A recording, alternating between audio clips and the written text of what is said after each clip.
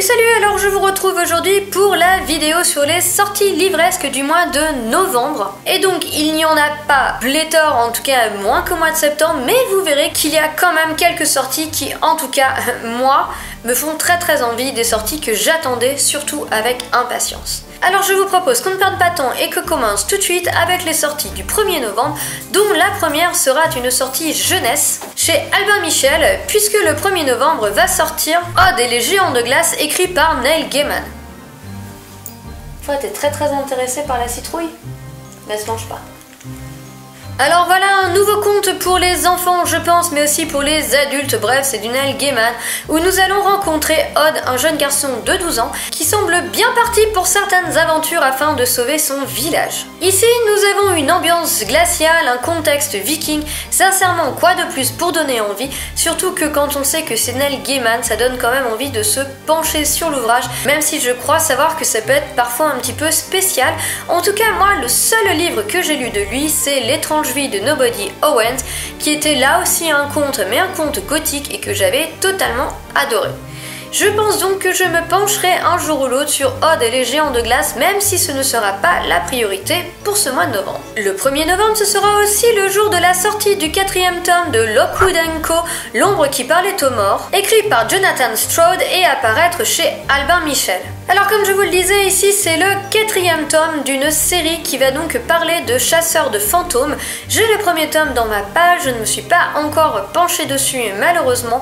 Je pense essayer de sortir incessamment sous peu, parce que tout de même la chasse aux fantômes, quoi de mieux pour la période qui environne Halloween. À savoir ici que c'est la sortie du 4e tome en grand format, mais que je crois qu'au moins les 2 premiers tomes sont sortis en poche, donc ça vaut sincèrement le coup de se pencher dessus dans une version ou une autre. Le 2 novembre va sortir le roman d'une booktubeuse, puisque ce sera la sortie du Pacte d'Emma par Nin Gorman et apparaître chez Albin Michel. Donc je n'ai pas tout suivi, mais il me semble que Nin travaille sur son roman depuis un moment déjà, et je crois d'ailleurs que c'est sur Wattpad qu'elle le publiait entre guillemets pour avoir de premiers avis.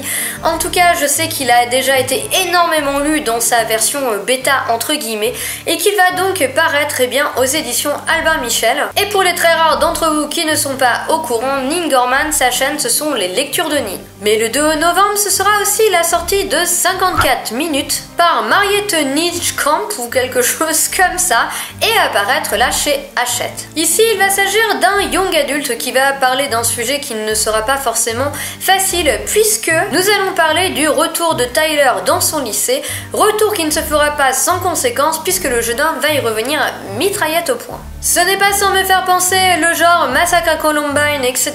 Et je pense malheureusement que ce genre de sujet, aux États-Unis, fait parler de lui. Heureusement, les massacres dans les lycées chez nous, ce n'est quand même pas commun. Mais bon, voilà, comme aux États-Unis, les armes sont en vente libre dans certains États, forcément, ça facilite ce genre de dérive, entre guillemets. Donc je pense que je me pencherai dessus par curiosité. J'aimerais savoir un petit peu ce qu'il a dans le ventre, à savoir déjà est-ce qu'il est vraiment bien. Je pense que je lirai d'abord certains avis avant moi de me pencher dessus, tout simplement parce que ce n'est pas mon genre de prédilection, et que donc je vais laisser les personnes dont c'est le style vraiment me donner un avis avant de me plonger dedans. En tout cas, je pense que c'est une sortie qui va faire parler d'elle. Enfin, toujours le 2 novembre, c'est Samantha Bailey qui va nous offrir une nouvelle sortie avec le 3e tome de Nos âmes jumelles, Nos âmes plurielles, et donc apparaître chez Rajo. Bon, là aussi, je ne me suis toujours pas penchée sur le tome 1, donc Nos âmes jumelles, mais je tenais quand même à vous noter cette sortie. Je ne sais pas si ce sera le dernier tome de cette saga, mais en tout cas, ici, tout ce que je sais, c'est que nous sommes dans un contemporain young adulte qui va mettre en scène une superbe relation d'amitié entre 2 personnes qui vont se rencontrer via internet, 2 nanas, une qui écrit et une qui dessine, je crois, et voilà, je n'en sais pas plus. Après, je sais que beaucoup d'entre vous adorent ce roman, j'ai donc acheté le 1er tome afin de le découvrir, et je trouvais ça plutôt sympa de vous noter cette sortie. Ensuite, on va passer directement au 8 novembre avec un nouveau thriller de Maxime Chatham, L'appel du néant, et donc apparaître évidemment aux éditions Albin Michel. Donc je n'ai pas réellement lu en fait le synopsis parce que pour les Maxime Chatham, je ne les lis pas. Après, je pense que quand vous connaissez le style de l'auteur et les thrillers qu'il fait, eh bien vous savez qu'il n'y a pas vraiment de quoi lire ces quatrièmes, que ça vaut juste le coup de se plonger dedans et d'être totalement transporté dans les univers ô combien morbides de Maxime Chatham. La seule chose que j'ai lue ici, c'est La victoire du mal est-elle inéluctable. Voilà, un nouveau thriller, un nouveau Maxime Chatham, et sincèrement, ça vaudra toujours le coup. Mais le 8, c'est aussi la sortie de 2 autres livres qui vont faire parler d'eux. Le premier, je n'ai pas encore lu le premier tome, donc j'ai largement du retard puisqu'il s'agit d'un tome 4 avec le tome 4 des Messagers des Vents et qui s'appelle Le 5e artefact. Il est écrit par Clélie Avitt et apparaître aux éditions MSK. Ici, nous sommes donc dans de la fantasy young adulte et ce roman apparaître est donc le 4e tome, comme je vous le disais, mais sur une saga de 4. C'est donc la conclusion, ni plus ni moins. Donc autant vous dire qu'il est plus que temps que je me plonge dans cette saga qui apparemment est totalement géniale.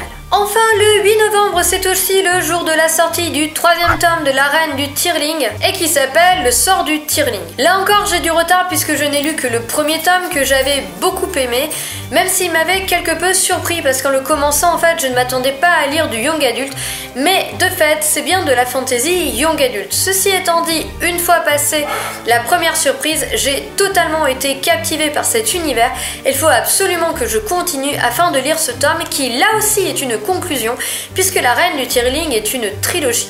Et j'ai totalement oublié de vous préciser que La Reine du Tyrling était écrite par Erika Johansen et sera apparaître aux éditions JT Lattès. Dans ce roman, en fait, on suit Kelsey Glynn qui est une jeune fille qui va avoir un destin quelque peu chamboulé et qui surtout va nous mener dans diverses aventures avec son caractère bien à elle, qui est un caractère que j'ai ma foi fortement apprécié. Ensuite, nous allons passer au 15 novembre avec la sortie du tome 2 de Saving Paradise au prix du monde, écrit par Liz Seven et apparaître aux éditions Castlemore.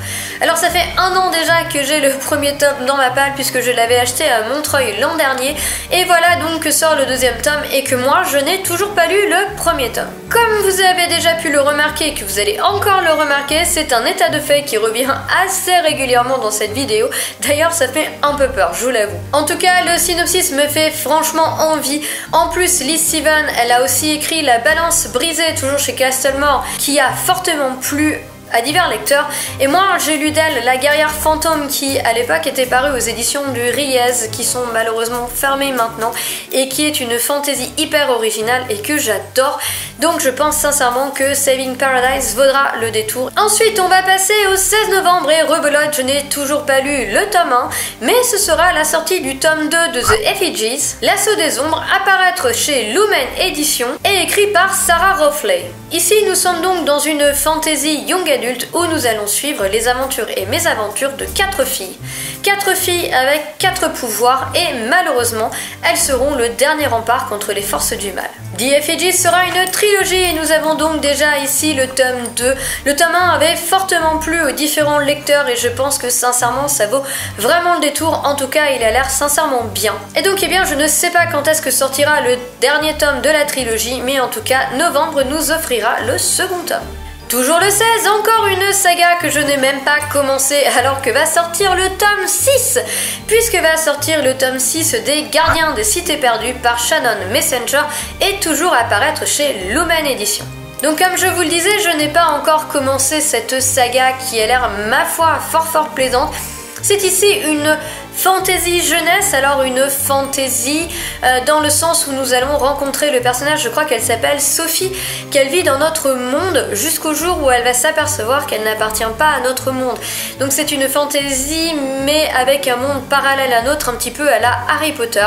En tout cas c'est une fantasy jeunesse mais il y a grand nombre d'adultes qui l'adorent et donc eh bien là encore j'ai du retard à rattraper. Je sais que le 6e tome n'est pas le dernier mais je ne sais pas combien va en comporter cette série. Faut que t'arrêtes de m'appuyer sur le bras parce que c'est fatigant, ça fait mal. Enfin, le 16 novembre va vraiment être riche en sorties puisque j'en ai encore 2 à vous présenter, notamment avec le tome 3 de Testament qui s'appelle Humain Humaine, Trop Humain Humaine, écrit par Jana Debat et qui est à paraître aux éditions Actu SF. Alors pour une fois, je suis à jour dans cette urban fantasy que j'adore puisque j'ai lu les 2 premiers tomes et donc nous allons retrouver ici Agnès Claire qui donc est de retour pour de nouvelles aventures pour cette urban fantasy qui est sincèrement drôle et originale.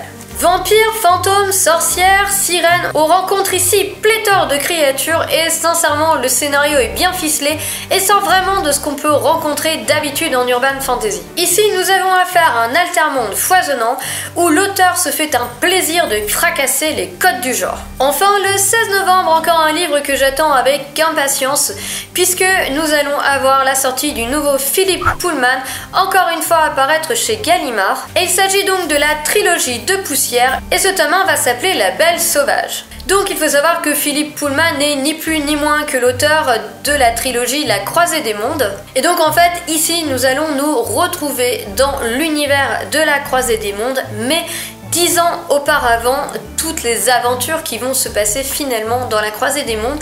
Et je pense que nous allons retrouver certains des personnages de La Croisée des Mondes, nous allons les retrouver dans cette trilogie.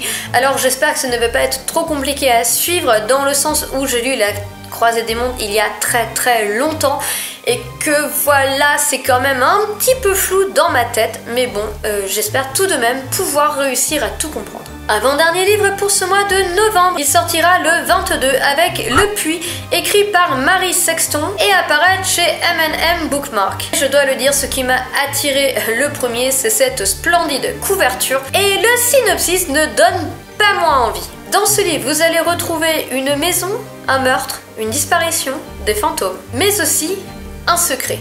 Ici, vous allez retrouver 2 frères qui sont enquêteurs paranormaux professionnels, dont l'un des 2 tient même une émission de télévision et il va donc vouloir retourner sur les lieux, donc dans cette étrange maison où je ne sais plus quand, une dizaine d'années auparavant, avait eu lieu une étrange disparition lors d'une soirée à laquelle il était présent. Sincèrement, le synopsis donne réellement envie, la couverture est magnifique, donc moi je dis, pourquoi hésiter ? Enfin, pour le mois de novembre, j'ai une dernière sortie à vous noter, sauf que je ne peux absolument pas vous dire quand est-ce que c'est, je n'ai pas la date exacte, mais ce sera au mois de novembre, avec la sortie des Sœurs Carmine, le tome 2 Belle de Gris, écrit par Ariel Holzel, je sais pas comment on dit, et donc apparaître chez Mnemos. Ici, la maison d'édition vous promet une urban fantasy mordante et décalée, mais une fois encore, je n'ai toujours pas lu le tome 1 alors que je l'ai dans ma possession.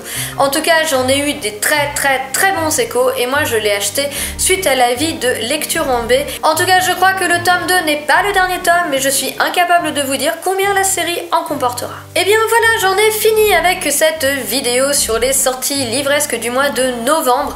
Comme vous le voyez, il y a énormément de livres très intéressants à sortir, donc pour moi il y a beaucoup de suites où j'ai du retard, mais si vous êtes plus à jour que moi, je pense sincèrement que vous aurez de quoi faire sur ce mois de novembre car il y a de grosses sorties. En attendant, n'hésitez pas à me dire en commentaire quels sont les livres qui vous font le plus envie et aussi de me signaler des sorties auxquelles je n'aurais pas pensé parce que je ne peux pas tout voir forcément. Et sinon, je vous souhaite à tous une excellente journée, de très belles lectures et je vous dis à bientôt dans une prochaine vidéo. Ciao, bye!